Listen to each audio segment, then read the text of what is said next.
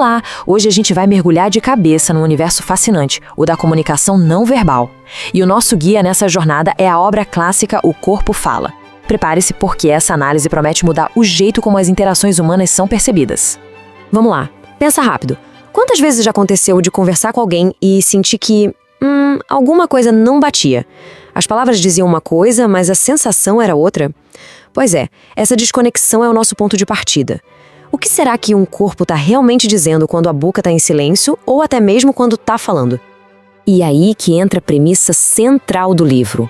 Os autores afirmam com todas as letras que o corpo tem uma linguagem própria. E o mais incrível, é uma linguagem que não mente. A estrutura dessa comunicação silenciosa é exatamente o que a gente vai decodificar aqui passo a passo. Primeiro de tudo, precisamos aceitar o convite. O livro nos chama para uma jornada que é sobre transformar o simples ato de olhar em um ato de perceber. É como aprender um novo alfabeto, sabe? Um que nos dá a capacidade de ler as histórias que os corpos estão contando o tempo todo.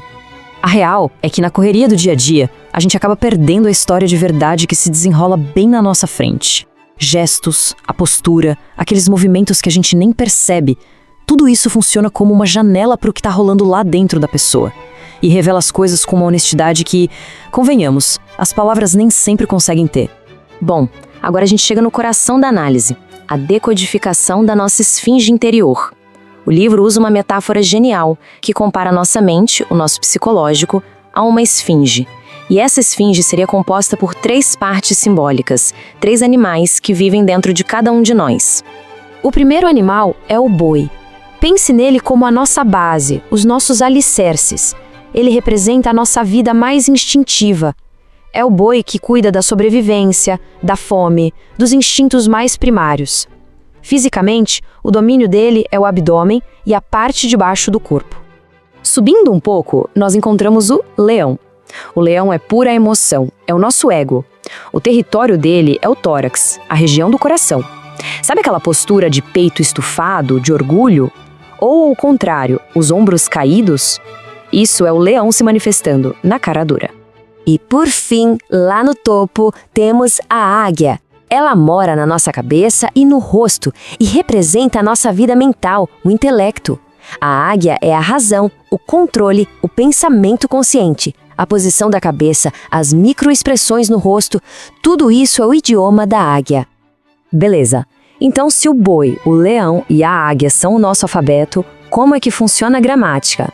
É exatamente aqui que as coisas ficam interessantes. É quando a gente começa a falar de harmonia e desarmonia. Ou seja, quando as partes do corpo concordam ou quando elas discutem entre si. O livro usa uma analogia com música que é perfeita. Pensa assim, quando os sinais do boi, do leão e da águia estão alinhados, todos dizendo a mesma coisa, o corpo conta uma história única, coerente. É como ouvir um acorde de piano afinado, super agradável. Agora, quando eles entram em conflito, aí o corpo revela uma briga interna. E o som é como uma nota desafinada, sabe? Algo que incomoda, que a gente percebe que tá errado. E essa ideia de dissonância nos leva a uma pergunta bem provocadora. Um sorriso pode ser um sinal de agressão? Pois é, vamos usar essa ideia de desarmonia para analisar uma das expressões mais comuns do mundo, mas que muita gente interpreta errado. Vamos analisar o que o livro chama de sorriso de maldade. Olha só que interessante. O único sinal que bate com a ideia de sorriso são os cantos da boca para cima. Um ponto positivo. Mas, e o resto do corpo? Ombros curvados para frente, sinal de agressão. Olhos semicerrados, de quem observa com atenção. Lábios comprimidos, de propósito firme. E o queixo nas mãos, naquela atitude de espera desafiadora. Ou seja, são 4 sinais de tensão contra 1 de alegria. A mensagem real aqui não é felicidade, é hostilidade disfarçada. Ok, a teoria é fascinante, mas que tal ver isso acontecendo na vida real? Vamos agora aplicar esse alfabeto e essa gramática para decodificar uma cena social com 4 pessoas, um exemplo clássico do livro. O cenário é o seguinte, temos a mulher A em pé com aquele sorriso educado.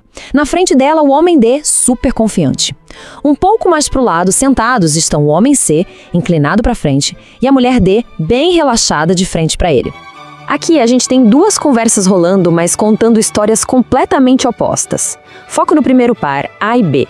A boca da mulher A está sorrindo, mas o corpo dela está gritando não.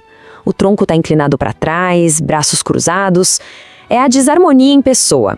Já o homem B está totalmente alinhado, peito para frente, postura firme. Ele está em harmonia com a intenção dele de dominar a conversa. Agora olha o outro par, C e D. Que diferença, né? Os dois estão relaxados, espelhando a postura um do outro, inclinados para frente. Os corpos deles estão em total sintonia, harmonia pura. Mas afinal, para que serve tudo isso? É só pra gente sair por aí lendo as pessoas como se fosse um livro? Não, o objetivo é muito mais profundo. É sobre ir da percepção para a conexão. E o ponto-chave é este. A ideia toda não é julgar, e sim ter empatia. Entender a linguagem corporal é uma ferramenta poderosa para a gente se conectar de verdade. Permite perceber os sentimentos que não são ditos, os conflitos internos, e a partir daí, entender melhor as pessoas. E essa ideia de harmonia vai tão longe que chega até no conceito de amor. O livro traz uma ideia muito forte. O amor completo só acontece quando existe harmonia, não apenas entre as duas pessoas, mas entre todas as 6 partes envolvidas. Ou seja, os 2 bois, os 2 leões e as 2 águias do casal precisam estar na mesma sintonia. No fim das contas, a grande lição do livro pode ser resumida nesta frase. O importante é se habituar a perceber em vez de apenas olhar. É uma verdadeira virada de chave na nossa mente. É sair do piloto automático de só olhar e passar a perceber ativamente a riqueza de informações ao nosso redor. E é com essa provocação que a gente encerra. Agora que essa linguagem silenciosa foi revelada, o que será que a gente vai começar a perceber de diferente no nosso dia a dia? A resposta, como o livro nos ensina, está em toda parte, em cada gesto, em cada olhar, só esperando para ser lida.